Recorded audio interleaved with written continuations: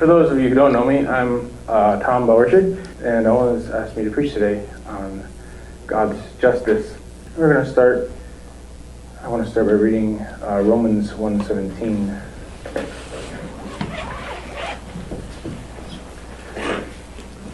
Romans 1:17 goes like this: "For therein is the righteousness of God revealed from faith to faith, as it is written, the just shall live by faith." One of the more famous characters in church history is Martin Luther. Martin Luther, growing up the way he did, was terrified of the possibility that God would send demons after him and drag him to hell.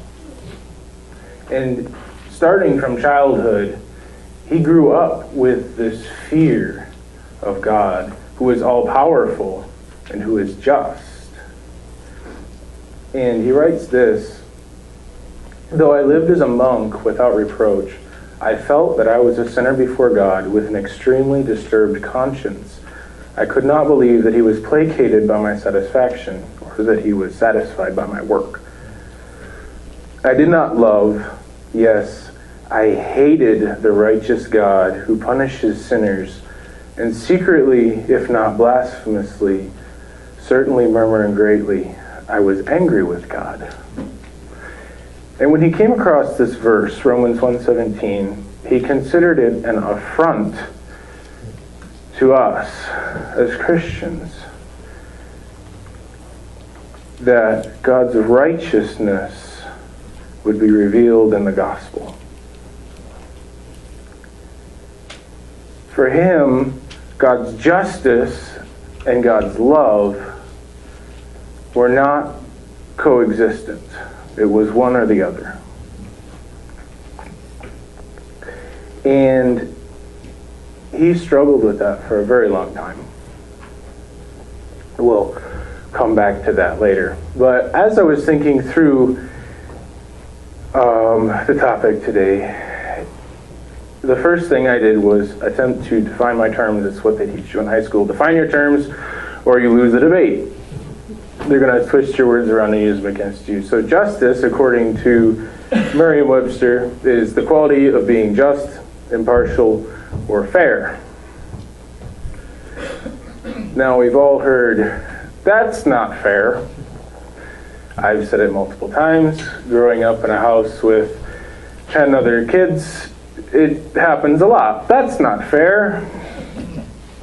Now, to us, fairness is relative. Whether or not he should get the last cookie is a matter of who you are. If you're him, that's great. If you're me, not so much. And thinking over just Bible knowledge and things, I came to not an epiphany, but a realization that justice, in the broadest sense of the word, is keeping your word, doing what you say. And considering God's justice, the first rule that he gave man was back in Genesis in the garden. And he told Adam and Eve not to eat of the tree of the knowledge of good and evil. Otherwise, they would die. And when Satan comes to man in the garden, he immediately denies that God would keep his word. He says, "You shall not die." And yet, we know the story. Eve ate, then Adam ate. And they got thrown out of the garden. Now, at first glance, they didn't die. So, was Satan right? Well, if we go from chapter 3 to chapter 5 in Genesis, verse 5, "And all the days that Adam lived were 930 years, and he died." God kept his word. You eat of the tree, you die. Justice. In farther into the Old Testament, God chose his people Israel. And he gave them what we call the Mosaic Law, or the Ten Commandments. In Deuteronomy 28, there is an entire, it's basically the entire chapter of Israel repeating the blessings that God would give them if they followed the law, and the curses that would come to them if they did not. In Exodus 20, which is the first account of the giving of the law,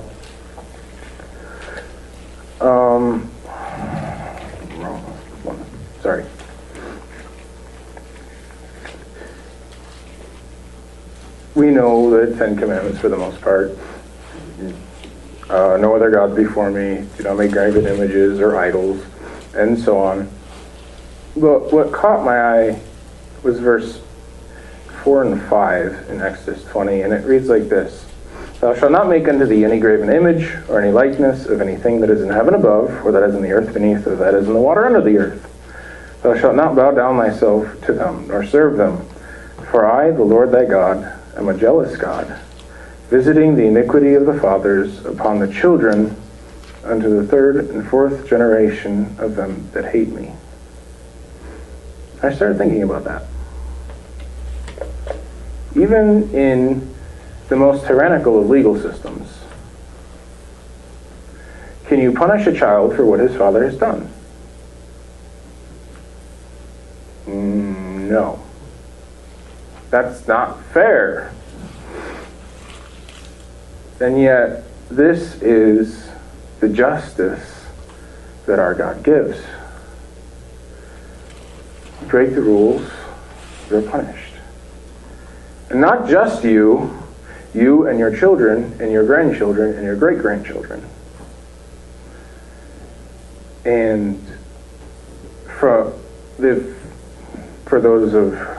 who know me, I'm an avid science nerd. In biology, we learn from science that there are things called genes and things called epigenes. And statistics show that when someone is living a dissolute lifestyle, or drinking, smoking, the gamut, they have statistically a shorter lifespan. But not only do they have a shorter lifespan, their children do. And their grandchildren, and their great-grandchildren. It stacks down the line. Your choices don't just affect you, they affect those that come after you and those around you. And then I came across this verse in Job.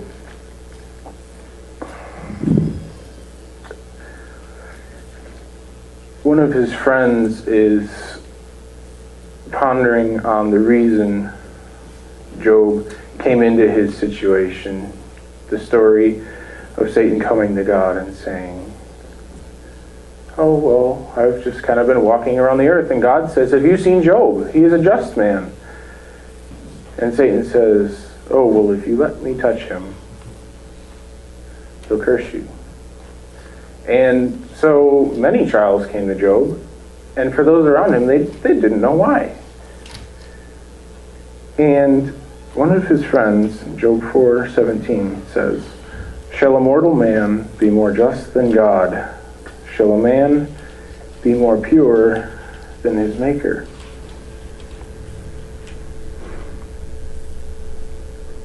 The more I thought about it, the more I realized God made us. He didn't have to. He made us anyway. And he gave us one rule. And what did we do? We broke it.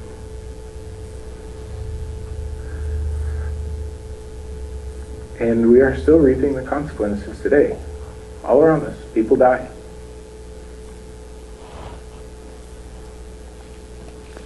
Now, many of us, like Martin Luther, get angry with God because from what we can see, he lived a good life. And he got cancer and died 10 years before his prime. And this guy over here is living it up, doing whatever he wants. And he's got gray hair. Still not dead. Nothing can kill that guy. And this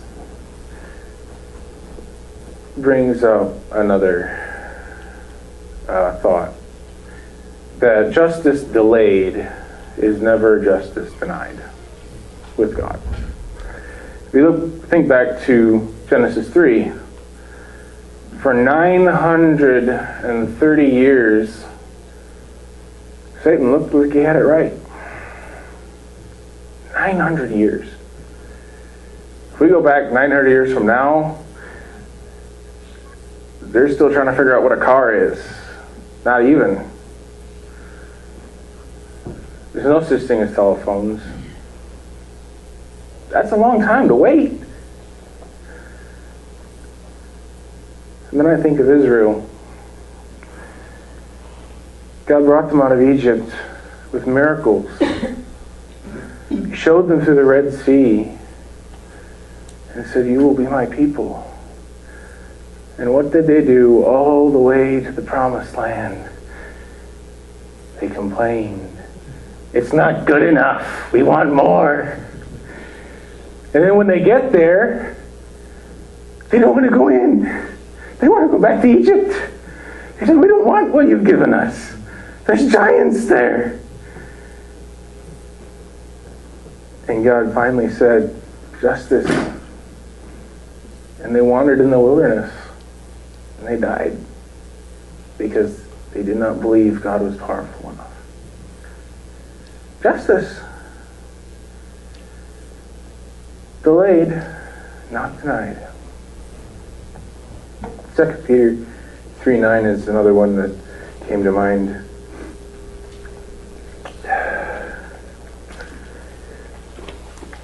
And it reads, "The Lord is not slack concerning his promise, as some men count slackness, but is long-suffering to usward, not willing that any should perish, but that all should come to repentance."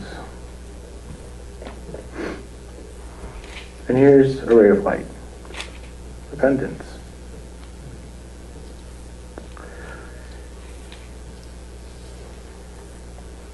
We'll come back to that.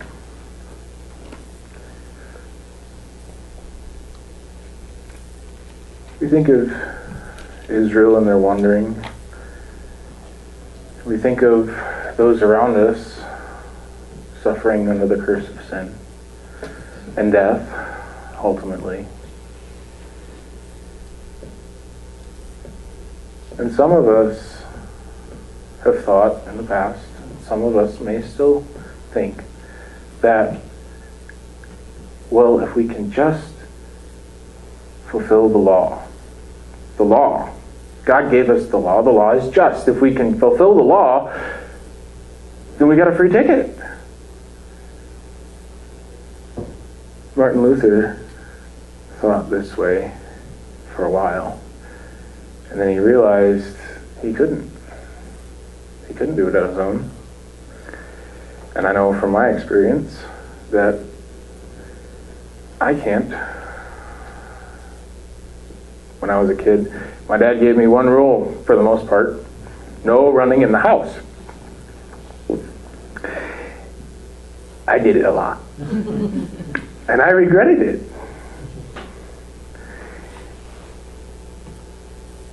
But if it's not simply that simple to do the law, to follow the rules, and be blessed, if we can't follow the rules, what's the point of them? Dad gave me the rule, no running, to protect me from myself.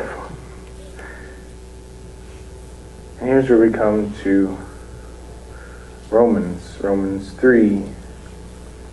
And we'll start in verse 19.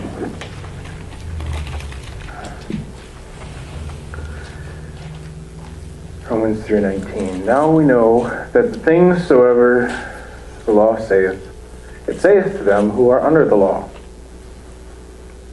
We know that. God gave us a law and we're under the law. That every mouth may be stopped and all the world may become guilty before God. Therefore, by the deeds of the law, there shall no flesh be justified in his sight. For by the law is the knowledge of sin. Wait. So God didn't give us the law so that we could fulfill it. He gave it to us so that we could see we're sinners. It sounds backwards. And yet at the same time, if we don't have a problem, there's no need to fix anything. God gave us the law so that we could see we can't do it. We can't be perfect. So that leaves a lot of us going, well, now what? We tried to do it and we can't. Now we find that it's not even meant to be. It's not even meant so that we could fulfill it. Romans 3:21. But now the righteousness of God without the law is manifested, being witnessed by the law and the prophets, even the righteousness of God, which is by faith of Jesus Christ, unto all and upon all them that believe. For there is no difference, for all have sinned and come short of the glory of God, being justified freely by his grace through the redemption that is in Christ Jesus. Here's the beauty of the gospel. God is just. He can't allow sin in his sight. And so he gave us the law to show us that we're sinners and that we can't be with him on our own. And then he turned around and said, I can fulfill the law. Galatians 3:13 and 14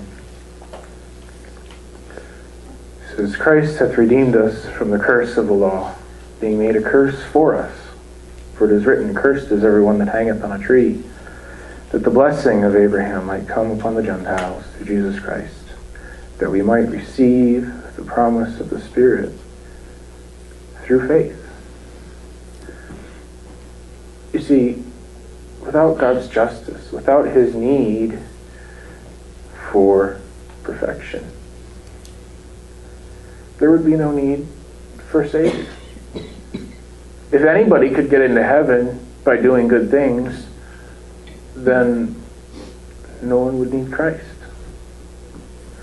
But because God gave a law, because God, in his holiness, cannot allow sin in his sight, he gave us Christ to fulfill the law for us. And by believing on him,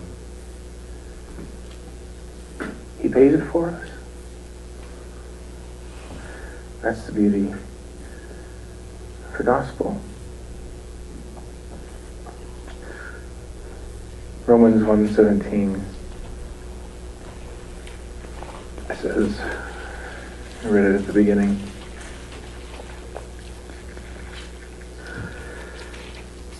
For therein is revealed the righteousness of God, revealed from faith to faith. As it is written, the just shall live by faith. The only way we can be truly just, truly perfect in God's sight is by faith through his Son. It's the perfect solution. Martin Luther came to realize this as well. And he writes, And I extolled my sweetest word with a love as great as the hatred with which I had before hated the word, the righteousness of God. And I pray that today we may also come to that knowledge.